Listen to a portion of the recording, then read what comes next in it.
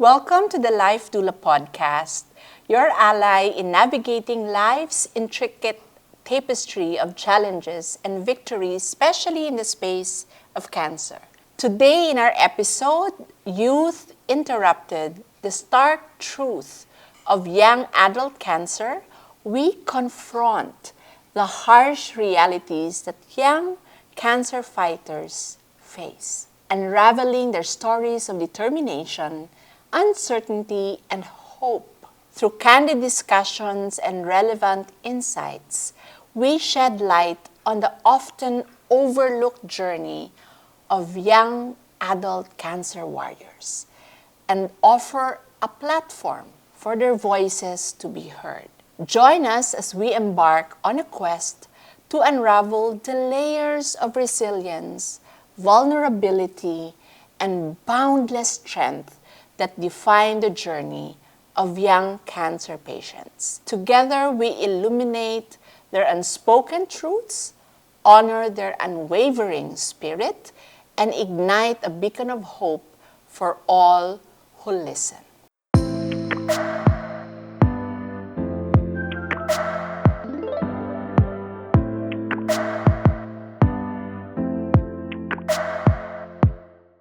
Today, we have with us one of the active members of Kyla, Kaya, which stands for Cancer sa Adolescents and Young Adults. A brave cancer warrior who, amidst her own cancer challenges, because she's still on active treatment, is already creating a legacy.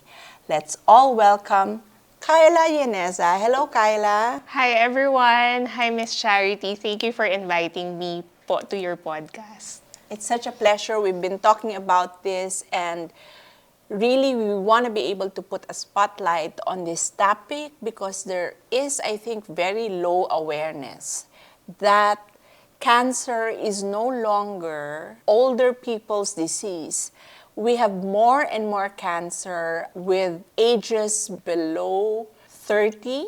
Kyla, we have a load of topics to discuss today, but please tell our audience who Kyla is before and now. What type of cancer were you diagnosed and when your diagnosis was, and what is your current prognosis? Medyo madami siya. So you can answer in the order that you prefer. Hi, everyone. Again, my name is Kyla Yeneza, and I'm currently 29 years old. But before cancer, which is 2 years ago, I was at school. I was doing my teacher certificate program. Originally, I graduated with Bachelor of Science in International Travel and Tourism Management. So I was also doing tourism work before events work. Kaso when the pandemic hit, the tourism went down, so I lost my job. Tourism was nowhere to be found at that time. So I had to try to shift my life into trying to do teaching. So I started, because also I came from a Chinese school, Chinese Christian school. I was doing Mandarin teaching as well. So I was doing basic Mandarin for young kids and all those who needs academic assistance in their schools, sa mga Chinese schools natin dito sa Philippines. So I was doing that. However, so nangyari is I went to school to hopefully, sabi ko, sige, magturo tayo. Try naman natin magturo.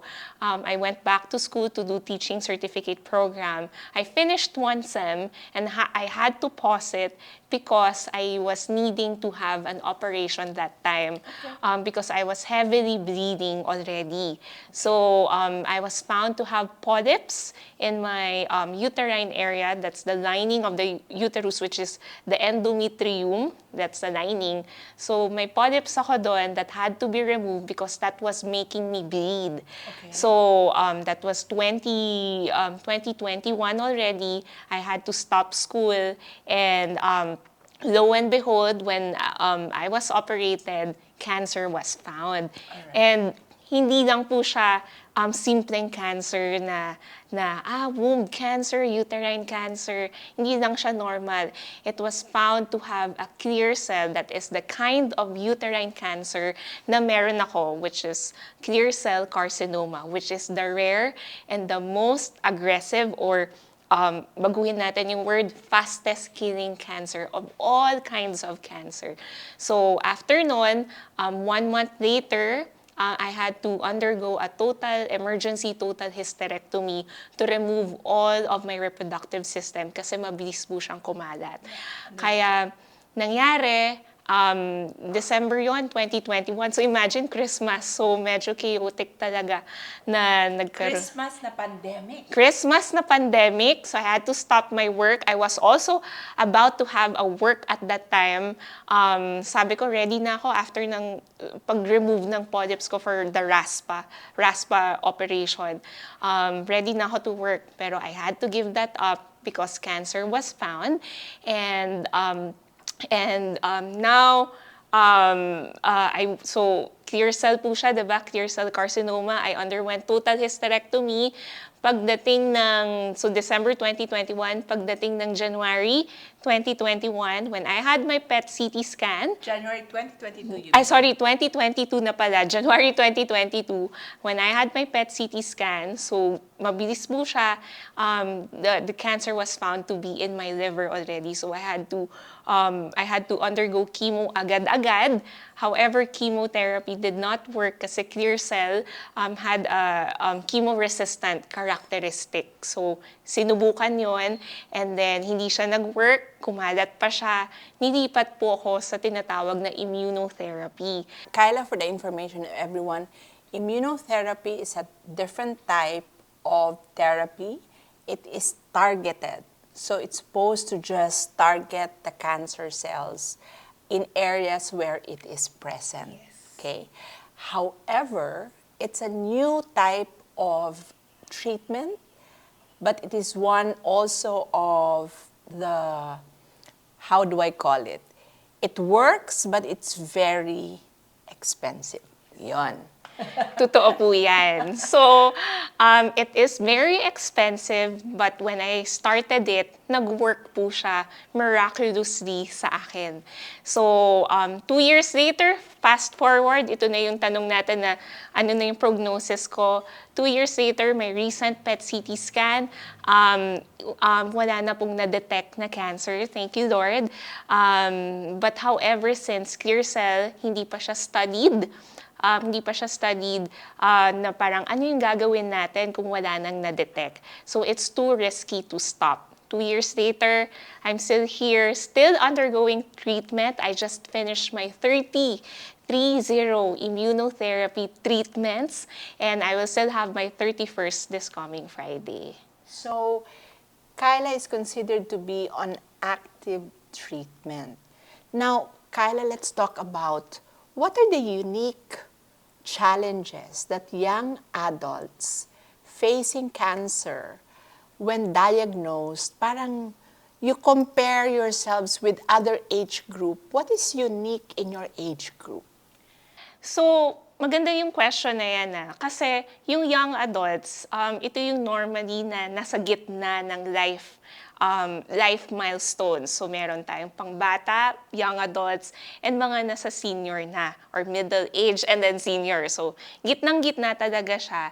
And yung age group for young adults, for the information of everyone, is from 15 to 39.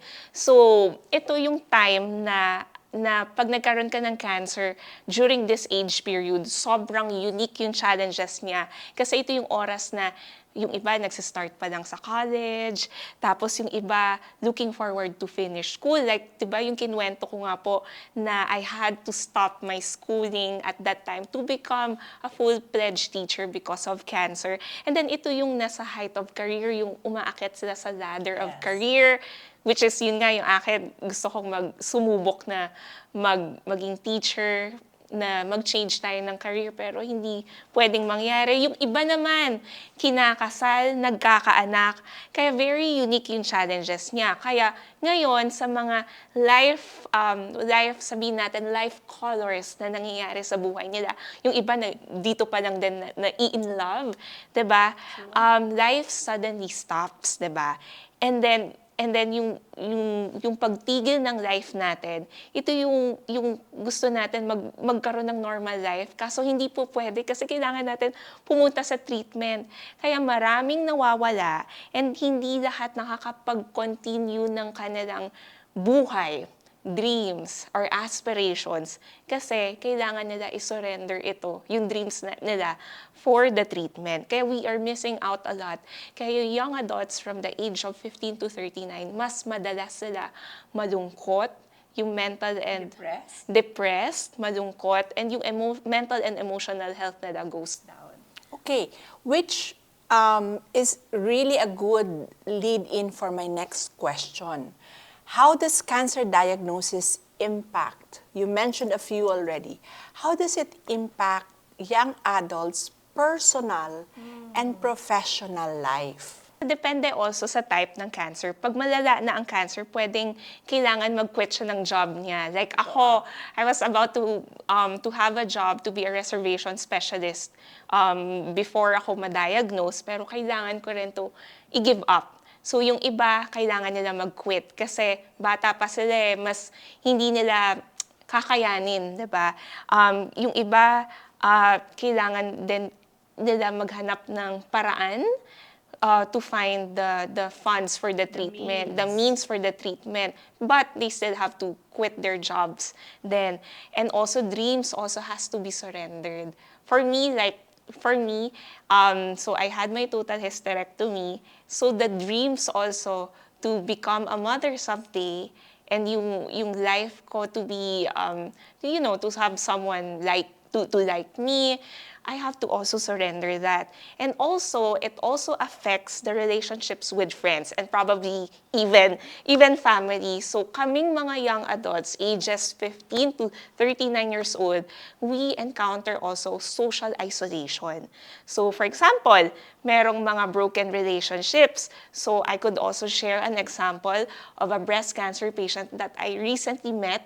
She is 28 years old and 28 years old siya, no? Meron siyang partner. Okay? So siya, wala siyang job kasi kinailangan niya mo operahan with breast. She is stage 3B already. Okay. Ay, 3B, yes. So 3B, so she's undergoing chemotherapy now. Pero alam mo ba, Miss Charity, yung nangyari sa kanya, after 7 years with the life partner at may anak sila, the life partner left her after 7 long years. So, grabe no, kaya parang mas nalungkot pa siya while having to go through the chemotherapy. So I had to talk to her to really encourage her na alam kong mahirap pero we can only draw hope from the Lord. And then also, ako naman, like yung sinabi ko kanina, I had to undergo total hysterectomy. So marami po talagang paghihirap na kailangan sacrifices na kailangan namin gawin. That's interesting because in one of our podcasts, we reported cases of separation, how cancer affects marriage. And what was interesting was, if the man was the one that's diagnosed with cancer, the separation rate is low. But if it's the woman who's diagnosed with cancer, the separation rate increases to about 20+%. Wow. So I always say, we leave the conclusion up to you, but this is really a sad thing to note, because I understand how I was diagnosed at 49 and I felt, my life was running at a fast pace, and then I just had to halt. Now, I already experienced many things in life. while the young adults, as you said, 39 to 15 years old, 15 to 39 years old, most of you are just about to experience life, right? And then all of a sudden, as you said, things have to just stop. And dreams have to be given up or probably find a different perspective on your dreams. Can you share some more stories of young adults who have experienced cancer and how, as we said in the title of our podcast, interrupted their lives? So I would remember two members of our Kaya team.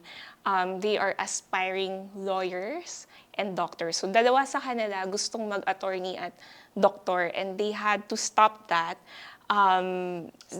Stop studying because they've gotten cancer and they have to focus first on their health. And pero ngayon, thank God kasi natapos na nila yung cancer journey nila and they have to continue. Pero the challenge also with that is parang matanda na sila na nag-aaral pa rin, but they still have to continue because they have dreams of pursuing their careers of being a lawyer and a doctor. Meron din akong nakausap din kahapon. Her name is Lenny. She was a nurse when she was 24, but the long journey of her cancer, which is a type of a blood cancer, she has to leave that behind. She also had a boyfriend then of 5 years. Nurse siya before, and she's 30, so si Lenny was 24 when she had cancer, diba? So 6 years. So ngayon, 30 years old na siya. Since gusto niya talaga yung nurse and yung profession niya. Kasi with us, parang yung the adults would tell us, huwag ka dun sa trabahong makaka-stress pa sa'yo, magdadampen pa ng health mo. Pero si Lenny, kahapon ko lang siya nakausap, 30 years old na siya ngayon, and she's trying to get back again at 30. So in my case then, I'm 2 years na in treatment and I have to give up my regular basic job. Thank God rin naman na I just try to do mga freelance teaching jobs with some students. And I had to be contented with the basic Mandarin teaching job for the meantime. I like that word, for the meantime. The episode's title is Life Interrupted. And really, when you go through a cancer journey, you go through it and it's somehow a phase in your life when things are really different. But you need to keep reminding yourself that this journey is rich. At some point, as Steve Jobs said, the dots will connect and you will realize that journey, that life interrupted, somehow has a lot of blessings, right? Yes. What are the emotional struggles? You mentioned quite a few earlier that young adults with cancer commonly face. And how do you guys cope with this? So, gusto ko din po i-add from your question kanina, to relate also with this question is love life. Kasi, usually kasi you're not on the same page anymore. Katulad na lang sa sinabi kong kwento about Lenny, nurse siya pero 24 lang sila, but the guy has aspirations. So, they're not at the same page anymore. And then on my case, I had to parang iniisip ko nga minsan kung may magkakagusto pa ba sa akin kasi I will not be able to bear my own biological children anymore. So that's one number one na nakikita kong emotional struggle ngayon. Yung iba, merong depression, hopelessness, and they ask God, Lord, bakit? Ano yung nagawa ko to deserve this? And yung iba, physical exhaustion dahil sa toxicity ng treatment and sa tagal-tagal ng treatment, minsan feeling mo na you want to give up na. Like ako 2 years na, diba? So, nandun din ako sa, may mga nararamdaman akong mga, konting mga pighati of that feeling then na parang nakakapagod. And also sa, minention mo nga kanina, yung immunotherapy, super duper mahal. Imagine nyo, sa super duper mahal niya times 30, 31 going on Friday. Meron din also grieving. Ito napanood ko to na maganda yung sinabi niya about grieving kasi the grieving is feeling of great loss. We sometimes associate grieving to a loss of someone we love, but hindi naiisip ng ibang tao na ang grieving pala can be associated of the loss of life we once had and the time we thought we should have had. Diba? So, sometimes ito yung, you can associate this with the loss of our dreams. Sabi ko nga parang may time na namimiss ko yung buhay ko noon. So you're grieving for the person that you were. You are grieving for the person you wanted to be. Exactly. Right? As you said, you are basically thinking, is there someone out there who would want to share this life knowing I cannot carry a child biologically? Yes. But I really, really think that that's a very understandable feeling.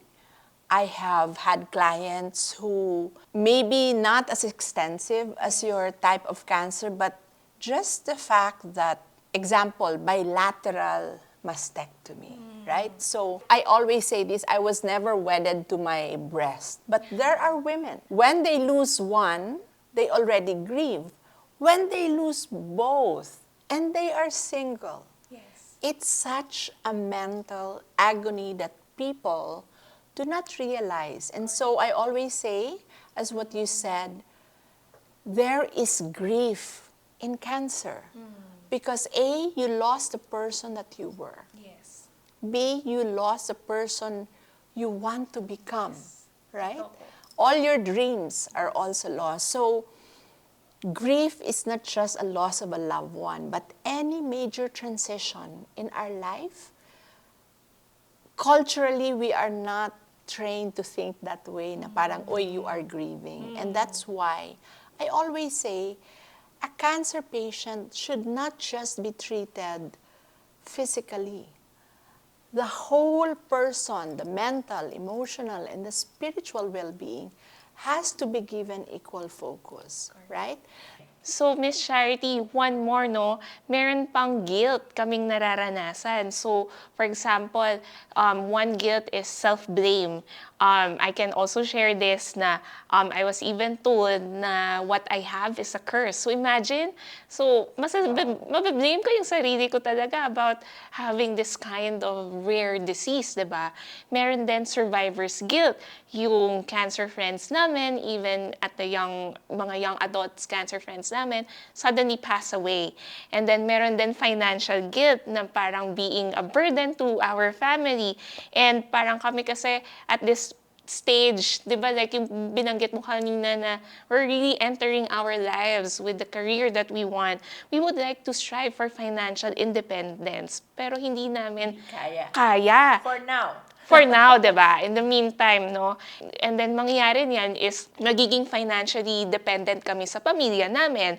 And also, one more is merong kaming feeling of shame, which is insecurity, na ang number one na masashare ko for the shame part is physical aspect. Like you shared na yung the loss of breast. Kami naman yung effects of treatment na yung the loss of hair, nagiging infertile kami. Yung ako mismo, minsan nagsasabi na parang, parang umiba na yung itsura ko. Diba, dumadami yung acne kasi nga wala na akong reproductive system. Parang we tend to retreat from the society because of these. Or most commonly sa mga young adults tend to retreat from the society. Nako, parang my mind is already working while Kyla's mentioning all of this, that I think what's needed in this space for young adults with cancer is really to teach them self-love, because when we teach people self-love, we also teach them how to shift from guilt and shame, right? So these are the things that we probably can help cancer at that age, 15 to 39 years old. Kyla, how does the healthcare system support young adults with cancer? Is there really any help, or do you see gaps in the system that's being extended to young adults with cancer? Nako, that's one very good question kasi ako naniniwala ko that yes, there are gaps that we need to see also at the same time. So currently merong lack of awareness, no? Lack of awareness, like parang normally with the healthcare, what are the symptoms? So yung akin, the only symptom that I was having before is I was having a heavy bleeding, which is a normal lang naman siya for a young adult like me, pero hindi inakala ng aking healthcare team before, we can call them as a team, na that can be also parang baka papunta na sa cancer, diba? And where to go when you have that diagnosis. Some kasi, they are dismissive of the symptoms. Like what I also share, na we can also discuss this in another podcast. Like for example, PCOS, I would meet women with PCOS na sinasabihan lang sila na PCOS are normal or common, hindi naman yan nagiging cancer. But all of the sudden, nagiging cancer na pala siya. Hindi alam ng karamihan where to get help. And then, how can the healthcare system help? Is support groups, number one. Support groups. And kasi cancer is a debilitating disease that affects the totality of a person, diba? And their families. And their families, and our friends, lahat talaga. And we need people who are there to understand, people to talk to, people who can encourage, people who could empathize. And for me personally, I feel like, ako kasi hindi ko siya tinago. I would really, nung nalaman ko, I have clear cell. I spoke about it. And our church kasi has a ministry called Life to the Max ministry. And when I approached them, one person got in touch with me and is now journeying with me with my struggles with cancer and how to deal with the effects of that cancer. And that person also is also a 9-year cancer patient. Until now, 9 years na, cancer patient pa rin siya. Wow. Diba? So this helps very much to parang she helps me carry my burden also. And I also have my own spiritual small group as well. So as much as I can, I try to really open up. And that is what I would encourage to other young adults. And for the healthcare system to also help, financial assistance, of course. Kasi, syempre, cancer treatment. Okay. Yeah, kasi cancer treatment is very expensive. Mine alone, actually, it's about 300K per month, diba? So with the immunotherapy, with the blood test, PET scan. Kasi hindi ako pwedeng i-downgrade. Chorus pa kami. So, Kyla, what we're actually seeing across the different segments of ages, when it comes to healthcare support, there's really a lot to be desired for. Yes. Right? And for those who are listening, most of the cancer support communities are really initiated by the cancer patients themselves, right? We try to form together groups so we are not alone. It would, and this is really the rationale behind our center, the Better Days Wellbeing Center, because we know that in the hospitals, the priority is really dealing with the tumor, with the cancer itself. However, there is such thing as, in the other countries, there is such thing as rehabilitation. What does that mean? That when a cancer patient is diagnosed, there's someone who sits with the patient and their family to walk them through and give them an overview of the journey. We just had our first class sometime February on that. And what to expect in the journey. what are the roles of the different members of the family? How do you want to communicate your disease? So there's so many things we can talk about. And then again, from where I am, I wasn't about to wait for the system to change. If we can be part of the change that we are looking for, then let's go do. And I would also like to add, because of what you said also, I truly, truly believe, and also with the other members of the Kaya team and other young adults, that studies has to be now studied. I mean, studies, kailangan natin ng studies with the AYA focused research, which is the young adults na nagkaka-cancer. Kasi mostly, like what I also mentioned kanina, na yung iba nahihirapan bumalik sa trabaho when they are young adults, and because of the financial burden, many patients delay or fail to finish their treatment, which leads to eventual death. And I could also parang attest to that because I've personally witnessed one of them who had a financial burden na with leukemia, meron siyang leukemia, dahil nahirapan also to get herself to a bone marrow transplant easily, kasi kailangan pag clear ka na with your leukemia, kailangan diretsong bone marrow transplant. Bumalik yung cancer niya, bumalik yung leukemia, at it led to her eventual death. So, if only, minsan iniisip ko yun, if only na meron lang financial assistance and support talaga. Well, there is a law that has been passed. It's called the NICA law, which is a co-participation between private companies, drug companies, and the government. But I think the IRR, or the implementing rules and regulations, has not yet been developed. So we keep on praying that that NICA law comes to fruition, or so more cancer patients can avail of it. Kyla, what are some misconceptions about young adults and cancer? What are these misconceptions, and how can we raise awareness to dispel them? Common misconceptions na, ay, yung bata mo ba, nagka-cancer ka na? Ha, bakit ganun ang bata-bata? May breast cancer? Or I could also share also na I know personally a patient who now has a vaginal clear cell. Also the same with my kind of cancer, pero nasa vagina sa kanya. She's only 14. So parang, ang bata, bakit magkakaroon ng cancer?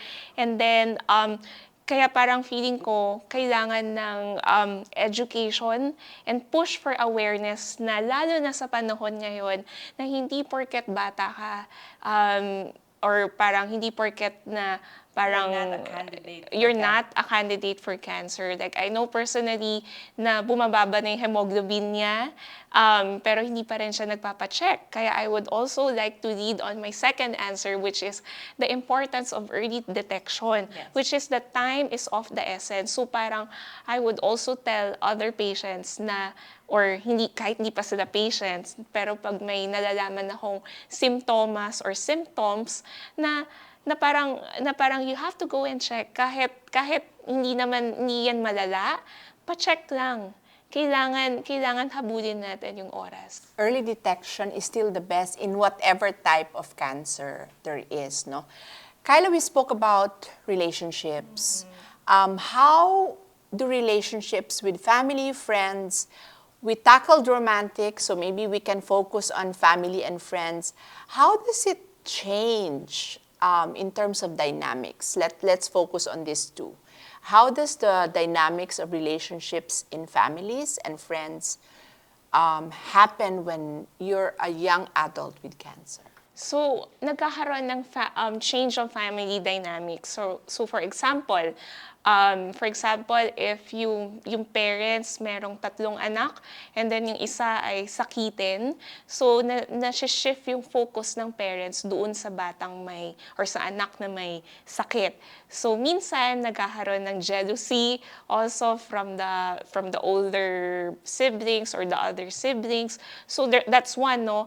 And then I personally know a story na yung family members can also give up to the one who is sick. So I personally know someone, a young adult as well, na yung yung family niya gave up on her. So medyo ang hirap ng sitwasyon na yun, na kahit ako din, na gusto ko siyang tulungan, parang ang hirap makapagbigay ng solusyon towards those incidents. And also, what about friends? Friends naman, this one was also shared by one of the Kaya members. So, cancer makes or breaks our friendships and also relationships or any kind of relationships. But personally with friends kasi malalaman mo who are your true friends and who are yung friends na kaibigan lang, pero pag sa panahon ng unos or sa panahon ng trial of the cancer, wala sila sa tabi mo. So ako personally naranasan ko yon na parang yung iba umalis, syempre nakakalungkot, 'di ba? Mamimiss mo yung parang nag-grieve ka rin with the friendships that was lost. Pero malalaman mo na meron palang true friends na maiiwan. Minsan, I would also like to say this, minsan konti lang sila. Pero minsan yung konti na yon, you have to cherish those. Yeah, it's never really in the quantity of people we have around us, but the quality of our relationships with them. We've talked about this, but I want you to briefly touch on the impact of the loss of sense of identity in your age group because of cancer. Loss of sense of identity kasi parang minsan ako personally from my own story and also the other young Kaya or the other Ayas as we call them, no, na yung mga young adults with cancer, the loss of sense of identity, minsan hindi na nila nakikilala sarili nila in terms of ano ba yung purpose ko dito sa mundo, 'di ba? Why am I still here kung kailangan ko rin magkaroon ng cancer or kailangan kong dumanas ng cancer, 'di ba? So, minsan yung identity na 'yon na yung sinabi ko nga kanina, 'di ba? We've talked about na meron kaming dreams, ang dami-dami naming dreams, and yung ibang dreams na 'yon, maaring hindi na namin pwedeng makamit, 'di ba? Pero we have to give them up. Kaya parang minsan we come into the point na sino ba kami? 'Di ba? Sino ba kami? Parang as a young adult, ano pa bang pwedeng gawin? Ano pa bang pwedeng gawin namin sa buhay? What advice would you give to young adults who have been recently diagnosed with cancer based on your experiences working with current cancer warriors? What would you advise those that are newly diagnosed? Ako feeling ko talaga, kailangan ng cancer care plan, which is dapat sana may mga therapies that are not, usual, and to also help us of what we're going through. Personally, I've tried to go to a psychotherapy with psychologists. Ako personally kasi when I did that, feeling ko parang kulang din yung awareness nila tungkol sa pinagdadaanan namin or dinadanas namin with cancer. Parang nangyari sa 2 sessions ko na yon, nakinig lang sila na, okay, ganon. And then, tapos na. So, parang for me, ano yung naging product or output, yes. So, ano yung naging output namin, diba? And then also, parang, feeling ko rin hindi din socially accepted in terms of employment per se. Personally, I could also attest to this na when I tried to, try to apply again with some companies, they will, first of all, they will ask na, how's your health? And pag nalaman nila may cancer ka, reject, diba? So, hindi ako nakakausad with the employment or yung pagsusubok ko to try to get a job. So, it's not accepted and supported by employers na hopefully hopefully the employers would accept also those young adults na may cancer, even with BPOs din. Also as well, na merong protection also for them na hindi sila na-discriminate just because na may cancer sila. Yeah, and it really begs the question, what type of opportunities can be presented to people living with cancer? Kyla, how can family and friends support young adults with cancer navigate through the different challenges, not just emotionally, but also mentally? I feel like we can broaden our ability to listen and empathize. That's number one. Kasi feeling ko with empathy, pinsan kulang. Like for example, makikinig lang sila but they're not really engaging with you. And I feel like with real empathy, it's not about listening to our own way of talking. It's about expressing our thoughts not in our own language, but in the language of others, of those cancer patients, or of those young adults cancer patients na may sakit. So that's one, listening and empathize. Kasi empathy talaga, kailangan namin yan eh. Kailangan namin ng encouragement. Kahit hindi mo alam kung anong sasabihin mo. Pero if you can just tell us na I'll still be here for you, I can pray for you, that parang if you need a friend to talk to, tandito lang ako. Those words really are powerful also for us. With the family naman, feeling ko there needs to be a change of the focus of the parents. Pakiramdam ko, kaya ng parents na i-balance yung focus nila of how they see someone who is sick and someone na hindi may sakit dun sa mga anak. So, we are so far in as far as really putting together a real care program for the cancer patient and their families. A lot of times, the love givers or the families who are taking care of cancer patients do not even know what to say, how to say it. So a lot of times, when cancer warriors would, say for example, vent out or show an emotion, a lot of times it's met with quiet treatment, not because they don't care, but they just don't know. They are not equipped to hold the space for cancer patients. More and more when we open the center, that has been what the realization is. Love givers would come here, and one of the things they will say when the cancer patient goes to the bathroom is, please help us and teach us how to support them mentally and emotionally, because the kind of support that everyone knows is the physical. Taking care after chemo or cooking for them. But again, the emotional, the mental, and the spiritual challenge is part of the healing. And we have to equip love givers, even friends, on what to say and what not to say. Yes. Right? So that's very, very important.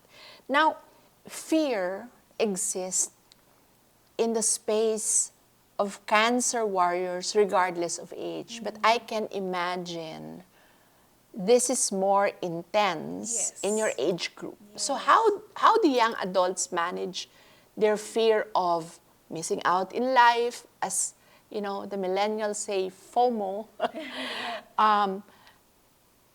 missing out on what you said, key life experiences. Yes. They're just about to enter the working world, and things just have to stop. So how do you manage fear and anxiety? So number one is we try pa rin to somehow keep on trying to manage through support groups. And as I've mentioned kanina, importante talaga na we have these support groups to help us go through or still go through with the cancer trial in our lives. Kasi panghabang buhay na meron kang dadalhin with that cancer experience. Number two, I really truly believe that we have to keep on trusting God.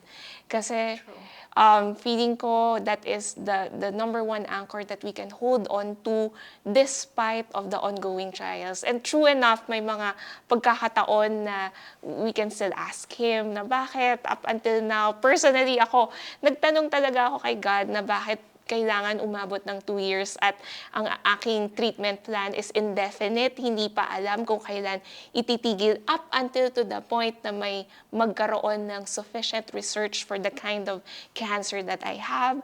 So what do? I have to keep on trusting God. It's already a miracle that with a stage 4B na meron akong stage 4B, I'm still alive up until today, 'di ba? And number 3, I feel like we have to keep on trying to do the normal things as much as we can na kaya nating within our control, 'di ba? We try to strive to really look for the things. Ano pa bang pwede kong gawin? Outside diba? of cancer. Outside of cancer. I was having a session the other day, and one of the things that I echoed with my client was, how about decreasing the number of hours you think of cancer? How about, trying to insert in your day some activities that has nothing to do with cancer? Like I asked her what her passion is. She's into digital arts. And I said, how about you spend an hour or two doing that? Because I say this to you, Kyla, and I say this to all our audience. Cancer probably is 2 chapters of your life, but it is not your whole book. So when you're done with chemotherapy, when you're recovered from the side effects of chemotherapy, thank God immunotherapy is not as harsh as regular chemotherapy. But when you're done with all of that, let's go back to the business of living. As you said, you still attempt to try to do normal activities, right? So I think that's very key. Now, emotional roller coasters. Yes. This is, again, common for all cancer warriors, but magnified in your space. How has the emotional roller coaster been, and how are you able to find a certain sense of stability? I feel like if I could also add some of the answers earlier is, di ba mabigat, di ba? Parang minsan hindi na namin maintindihan kung paano. I feel like one thing that I would really, really remember is hope is infectious. So when we try, as you mentioned, is when we try to do things outside of our control, one of the things that we can do is when we help other people carry their burden, it feels like our burden becomes less and less. That's true. Kasi there's still burden pa rin, pero it becomes lighter at the same time. Kaya, yung roller coaster na yon, as what I've said about hope is becoming infectious, na gumagaan yung pakiramdam natin. Kasi we tend to ask our existence, diba? Na-mention ko to pa ulit-ulit kanina, na yung purpose namin as a young adults, we tend to ask that a lot. What am I here for? Kaya when you try to, kasi pakiramdam ko, there will be people around you na cancer patient ka, na there will be people who will be having the same experience as you, na ay, alam ko yung pakiramdam niya, no? Alam ko yung pinagdaanan niya. Kaya parang mas naiintindihan ko siya. Parang hindi mo mapigilan. It's inevitable for you to go to that person and encourage that person or talk to that person about the experiences to hopefully try to help that person. So roller coaster, number 1, existential crisis. And number 2, feeling ko na sa young adults kasi, when we try to do things, yung iba, may alam akong bumabalik sa pag-aaral, kahit mahirap, diba?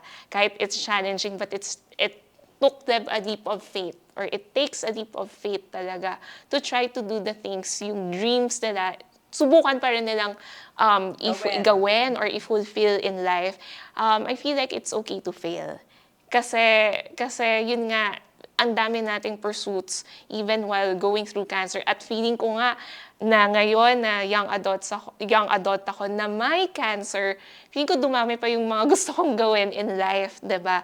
Kaya it's okay to fail. It's okay to fail. Kaya kailangan we still try to navigate through the emotional roller coasters na feeling ko the only way out is talagang subukan pa rin natin na may gawin pa rin despite these emotional roller coasters. And I hear you're able to seek stability when you help and when you feel like you've made an impact in someone else's life, right?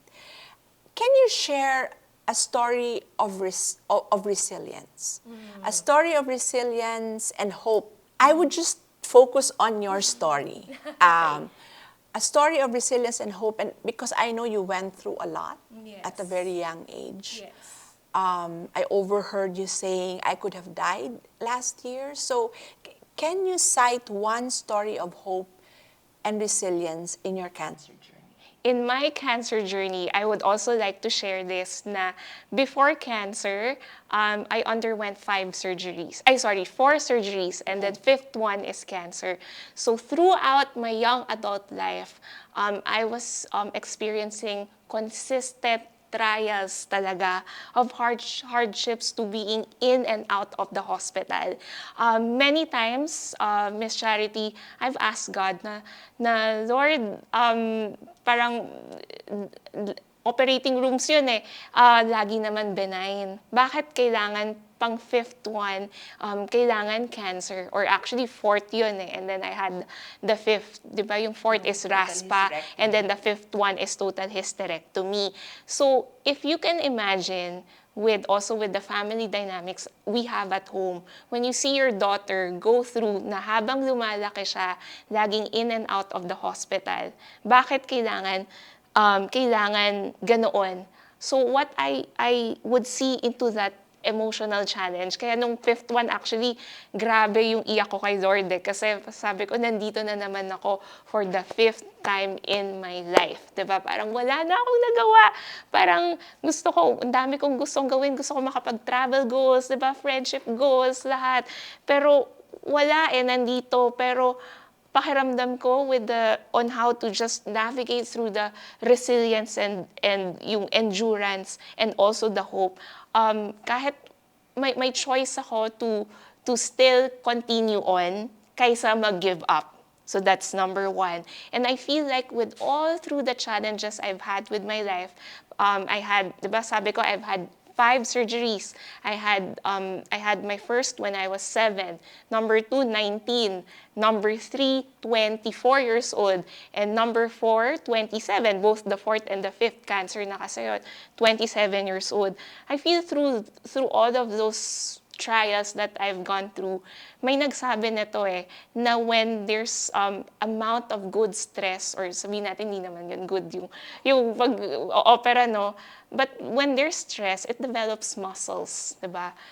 It develops muscles. Kaya pag nag-exercise tayo, I also try to advocate that, na mag-exercise, gumalaw, kasi it develops muscles. And these muscles helps us to develop perseverance. Kaya I feel na I was able to develop perseverance, and I would always remember this verse from the Bible.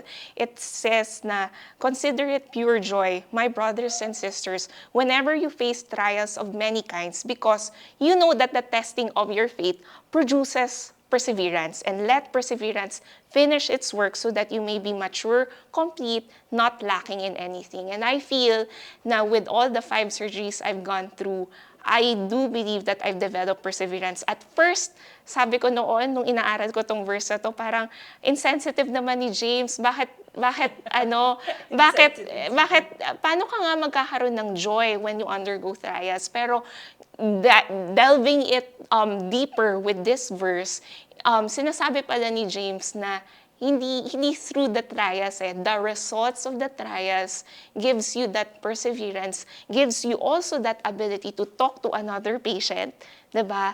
Kaya feeling ko that's how I tried to be resilient and I keep on trying to be still one despite na meron akong feelings of grief, 'di ba? Meron akong feelings of parang I still try to keep on. They say the tendency when you are pushed in a corner is you either do two things. You focus or you fold. I think you chose focus, right? Now let's talk about mental health and support in the overall being of young adults. Do you guys have access to appropriate resources when it comes to mental health support? Do you have the type of resource? Currently, actually, merong, for the mental health, feeling ko, medyo kulang pa siya. No? Medyo kulang pa siya kasi kulang pa siya in terms of awareness and in terms of young adults being educated na meron pala akong pwedeng makausap, meron palang support group. Kaya pakiramdam ko with the role of the mental health, kailangan nandyan sila para may kausap ka. Pero kulang pa rin yung awareness para sa amin and sa lahat ng nakausap ko, kulang pa rin yung awareness na meron pala akong pwedeng puntahan para may makausap.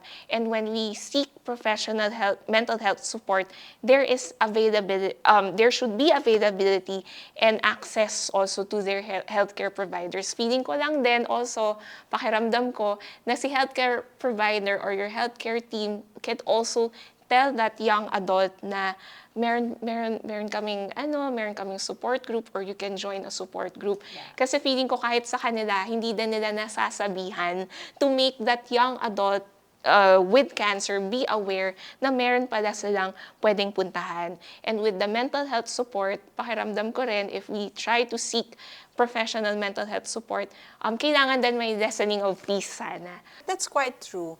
And this brings to mind that when a person, especially I think young adults with cancer, there has to be a holistic team that will be put together, right? We cannot expect our medical oncologists to initiate that, right? So right now the burden is actually on the patients and on the families if they will put together a holistic team who will care for them, right? Because right now, not even if you have the best medical oncologist, but because there are other areas in a person's life, like your emotional, your mental well-being, and your spiritual well-being, not all the doctors can cover all of that,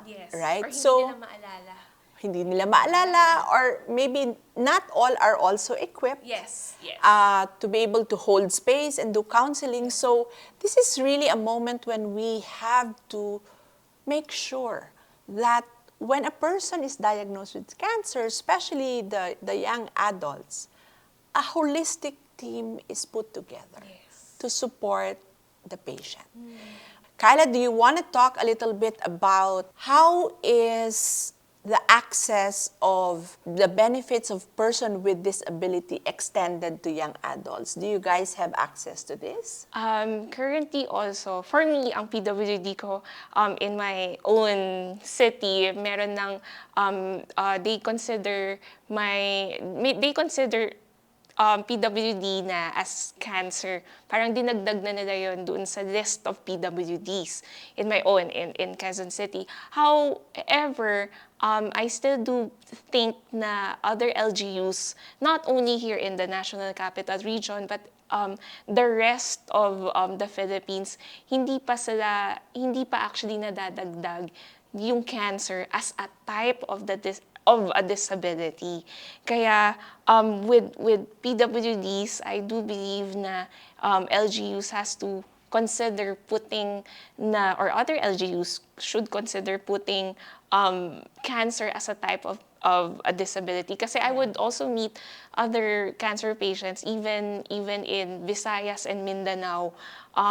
Nagugulat sila, ay pwede pa lang mag-EPWD ditong cancer ko. Yeah. And then one of them, hindi, may kilala din ako sa Visayas, hindi kinonsider ng LGU nila kasi wala pa kasi sa listahan namin ng I cancer. think what is a priority in dispensing PWD IDs is if the cancer has impact on mobility. Yes. So, in my case, I had bone metastasis. So, I was classified under cancer/orthopedic, right? So, that's something that I hope people who are listening to us can also help us with. LGUs, shout out to you guys. I hope you can include cancer as part of PWD. Kasi if I may add, no, sa akin kasi hindi halata na may cancer ako or hindi din halata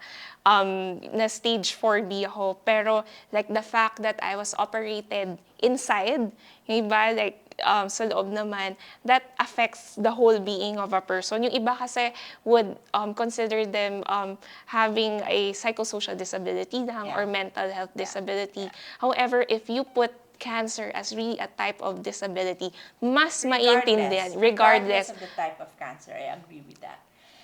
Kyla, you've mentioned that it's been 2 years. Yes. Tell us what your current state is now. You've had an NED PET scan, but you continue to receive treatment because your type of cancer is rare. So, describe to me briefly your current state of life. Currently, in my health naman, I'm being continually monitored because clear cell, mahirap, according to the medical books and also the medical researches that I've read and kung ano rin yung na-educate sa akin, ang characteristic ni clear cell, hindi kilala or hindi mo minsan malalaman or minsan magugulat ka lang na biglang mag-reappear siya ulit. So that's why my doctor has to continue in having me on immunotherapy up until kung humina ako, may mangyaring masama sa akin, baka doon nila pwedeng i-stop. So what I still do is I still go through immunotherapy treatments, up to 3 to 4 immunotherapy treatments, and then PET CT scan. Ulit to check the whole well-being of my body kung merong cancer or wala. However, since we have arrived at the 31st na, so hindi ko sasabihin na medyo mabigat. Aaminin ko, and I'll be completely honest, mabigat na talaga sa family's financial department talaga namin. Kaya medyo, hindi lang medyo talaga, I would say medyo, pero hindi talaga medyo. It's becoming challenging kasi indefinite kasi people will ask me na parang hanggang kailan, ilan pa ba? Kaso sasabihin ko, walang number. Maaring ding habang buhay ko na kinakailangan mag-immunotherapy. Kanina nabanggit ko yung cost, no? Sobrang mahal. It's 300K per month. So, ang hirap talaga. So, navigating through it, sometimes hindi namin alam as a family kung paano, but we have to continue to trust God and we have to try to seek for ways also to hopefully gather some help then as well. And the God that you and I believe in owns everything that you see and beyond. Now, Kyla, give us an overview. We are already wrapping up. Give us an overview of Kaya. What are your key advocacies? And for people who are watching this, how can they reach you if they want to be able to relate to you or seek help from you, being a young adult themselves? How can they be part of your community? So with Kaya muna, Kaya, we have a Facebook page. So you can search for the Facebook page of Kaya. You can just actually type Kaya, diba? Kaya, it's cancer sa adolescents and young adults. So you can just search for that and join, like that page. And we have a Facebook group na you can hit join also. You can send us a message. And our key initiatives currently is we try to provide support. So we have virtual kamustahan sessions it's only for Zoom kasi the whole Philippines na mga young adults ang sumasali. So we have virtual kamustahan. We just talk and kamusta to each other kasi that's one thing na kailangan namin as young adults. We've actually partnered also with Philippine Cancer Society, under also the Lymphoma Society as well, kasi commonly with young adults mas maraming may lymphoma.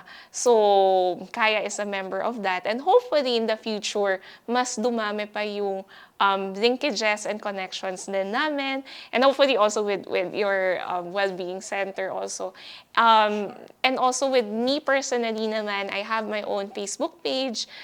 If you want to connect, if you feel in your heart also that you are led to help, that is really appreciated greatly. I have a Facebook page. It's Kyla Fights Cancer, Kyla Fights Cancer. So Kilo Yankee Lima Alpha Fights Cancer page. So that's kasi I try to also help other women who are experiencing reproductive health issues. So if you need questions also on how to navigate through it, I'm also here to also help you. Thank you so much. So thank you very much, Kyla. And before we wrap up, so you know how to get in touch with Kyla. Kyla Fights Cancer, right? Before we wrap up, can we ask Kyla for some parting words? Thank you very much, Miss Charity, for inviting me to be your guest. Ang dami ko rin natutunan with this episode. I would also like to hopefully impart to young adults out there na may cancer, be open to talk about your trials. No, you are your best advocate, and life is a gift, and God is sovereign, and He is in full control. And there is always a purpose for what we are going through. And cancer also gives us kasi the opportunity to deepen our intimate relationship with the Lord. And we should live life as a witness of God's faithfulness. Hindi dapat po tayo talaga mag-give up on hope kasi God is our sure hope. I am here today with stage 4 and I was dealt with a death sentence 2 years back, and it is a miracle na I'm talking to you today. And si God lang talaga ang gumagalaw sa buhay natin. Hindi maganda yung cancer, pero ito rin ang paraan for us to make Christ known. And be patient. In His most perfect time, we will find healing in our body, in our soul, and our holistic sense of life. So yun lang po. Thank you so much. Thank you so much. In God's own time, He will make things beautiful for all of us. So as we conclude this insightful episode of the Life Doula Podcast, Youth Interrupted, the stark truth of young adult cancer, let us reflect on 3 key takeaways that illuminate the path forward. First, we are reminded of the extraordinary resilience and unwavering courage displayed by young adults facing cancer, showcasing the indomitable human spirit in the face of adversity. Secondly, this discussion serves as an urgent call to action for greater awareness and support for young cancer warriors, emphasizing the importance of empathy, understanding, and advocacy in their journey.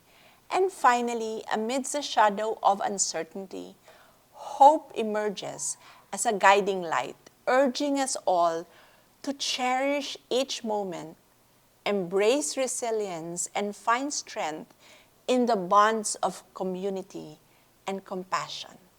May these insights inspire you to navigate life's challenges with grace and fortitude, knowing that you are never alone on this transformative journey. If the topic we offer helps you, please share the Life Doula podcast to your friends and to your family. Until next time, stay empowered, stay connected, heal strong, and may your spirit shine brightly through life's darkest moments.